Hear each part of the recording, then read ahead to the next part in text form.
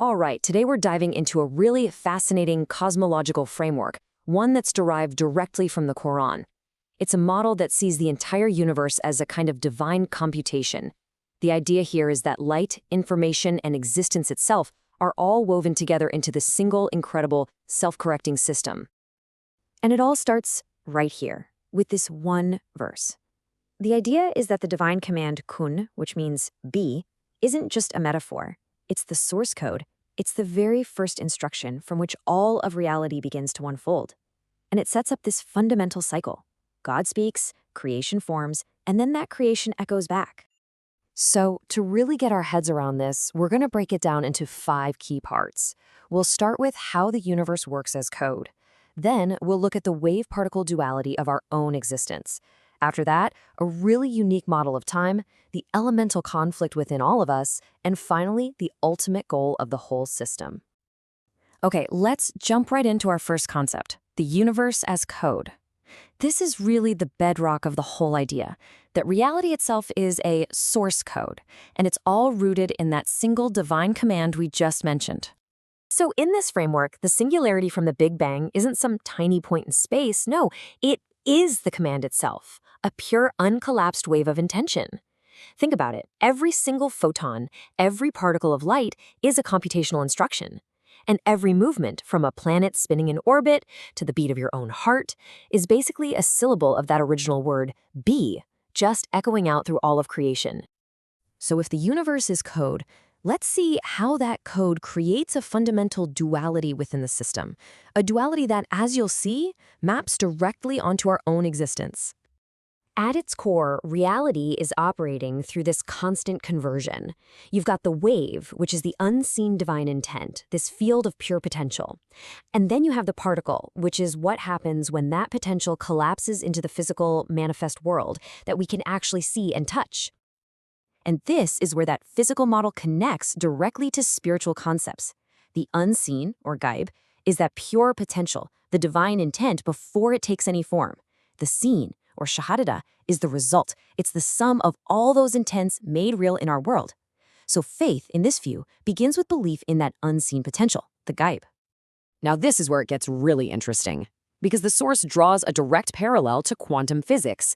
The suggestion is that just like an observer collapses a quantum wave in an experiment, our own consciousness participates in collapsing the wave of divine probability into the world we experience. Our awareness isn't passive, it's an active part of creation. It makes us a witness to the unfolding of that divine command. So, if that's the core mechanic, how does it all operate? Well, this whole system is described as being contained within a truly unique model of space-time. This verse is interpreted as more than just an event at the end of time. It's seen as a metaphor for the very structure of reality itself, a continuous looping scroll. I want you to imagine space-time not as a straight line, but as a Mobius strip. You know, that twisted loop that has only one continuous surface? In this model, the inside, the unseen world of intent, is constantly twisting to become the outside, the physical world we see.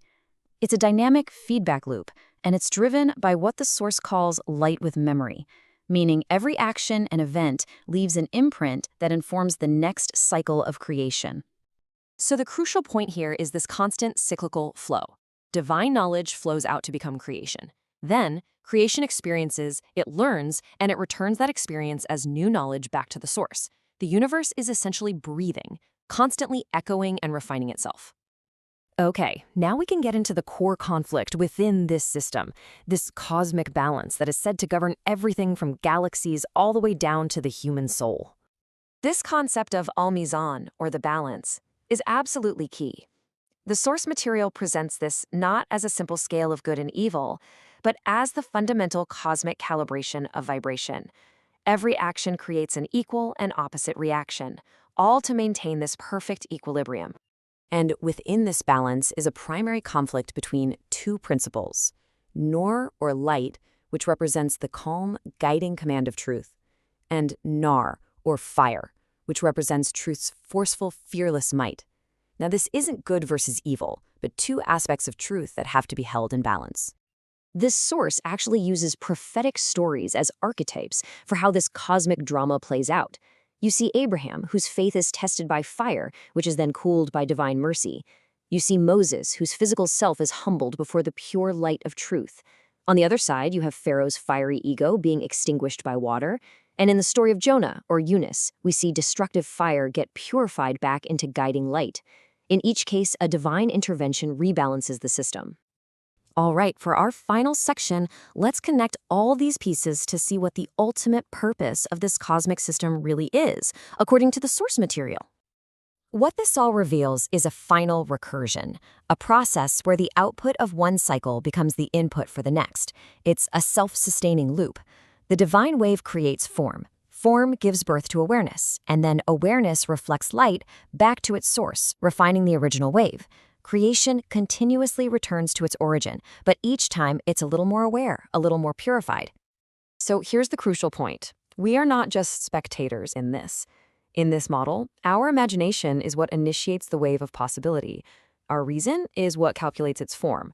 We are co-participants in the act of creation, collapsing waves of potential into words, and as the source says, he turns those words into worlds. And this leaves us with a final and pretty provocative thought.